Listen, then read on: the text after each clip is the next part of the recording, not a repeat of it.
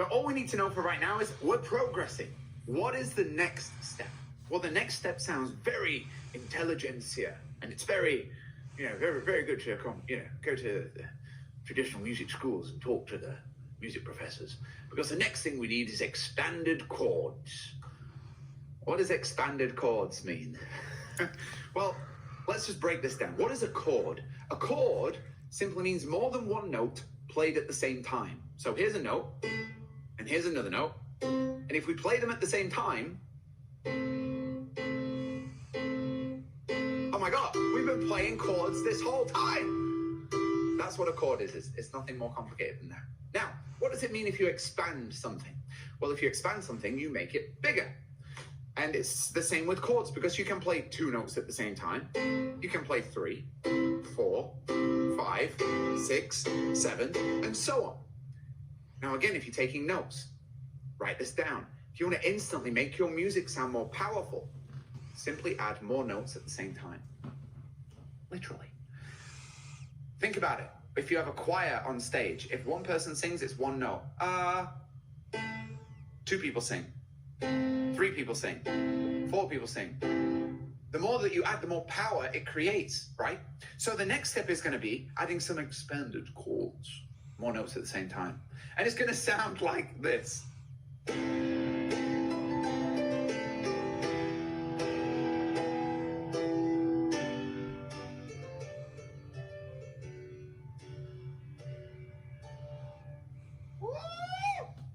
are getting somewhere.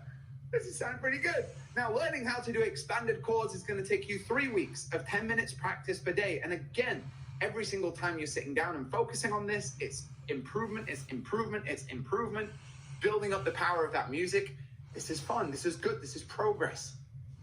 But I want to get us to level 10. We're not quite there yet. So what's the next thing we're going to add? The next thing we're going to add is some rhythm. Now, rhythm is the way music moves. It's the way it flows. Now, so far, we've been playing everything on the beat. What is a beat? A beat is this recurring pulse that goes through a piece of music. We can count it. Count it with me. It goes 1, 2, 3, 4. 1, 2, 3, 4. 1, 2. See, we've been playing everything on the beat, meaning we're playing the notes at the same time as the beat, right? Now that's great, but it gets boring after a while. So I'm going to give you a little tip right now to instantly make your rhythm come to life. And it is incredibly simple. All you need to do is sprinkle a couple notes before the beat and a couple notes after the beat, and it doesn't even matter exactly where you put them. You can literally just sprinkle them anywhere. It just has to be not on the beat. And as long as the majority of the notes are still on the beat, you just sprinkle some other ones somewhere else, and you suddenly get this push, this pull, this motion. It's beautiful. Again, if you're taking notes, sprinkle a couple notes before and after the beat. Whoa, this thing comes to life. Let me show you. So the only thing I'm going to add now is some notes in between those beats. And you're going to suddenly hear, oh my God, there's so much motion. Here we go.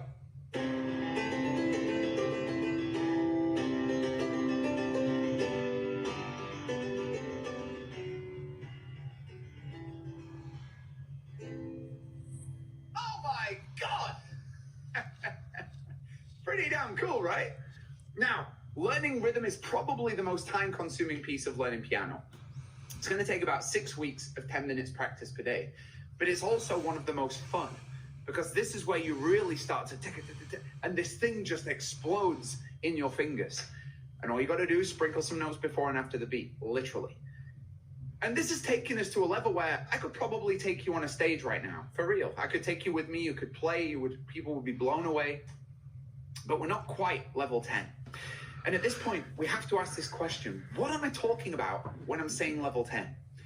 I'm talking about I want to make level 10, level 10. What is level 10? Well, it's a good question.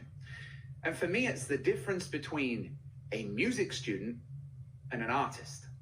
Let me explain this. How many people have seen, but write me in the comments, how many people have had this experience where you see somebody playing and they're playing all the right notes and everything's kind of correct, but somehow it just sounds wooden. It sounds robotic. It's not moving. It has no personality, right? I'm talking, this is a music student. And you can literally hear me thinking, or to be more accurate, memorizing. This is somebody who's memorizing music. It's all up here. And that's what all the traditional methods in YouTube and apps, it's all memorizing. And it creates this wooden, cerebral, a lot of effort, and it's very, compared to an artist.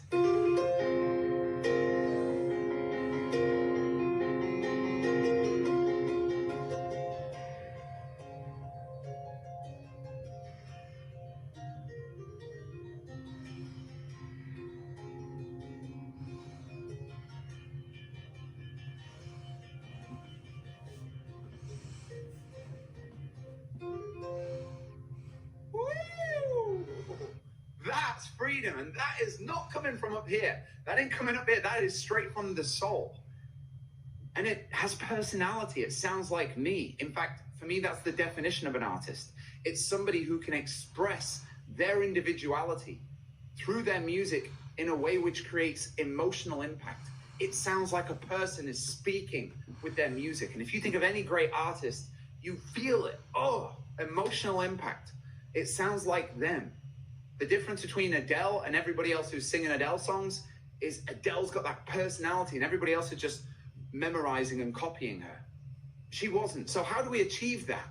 Well, the way that we achieve that, I'm going to give you 2 tips right now. Again, if you're writing it down, you have this and you have this. Remember this and remember this. Now, this is about timing.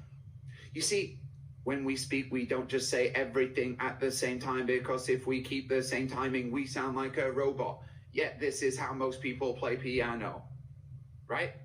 No, when we speak, we say some things slow, and then we say some things fast. And you do this all the time. This is how you speak without even thinking. And so you put this into your music. Your music is going to speak and not be thinking. This is volume. When we speak, we don't just speak at one volume, because if we do, it's not very engaging. No, when we speak, we say something loud. And then we say something's quiet. And it creates different effects. It expresses different emotions. The quiet pulls you in. It's intimate. It's a secret. It's something, it's close. And then the big loud thing, it's excited. It's this. And you do this all the time. You don't even think about it. And this is how you sound like you when you speak. So if you put this in your music is going to sound like you. And it will speak. So all we're going to add now is a bit of this and a bit of this. And let's see where we get to.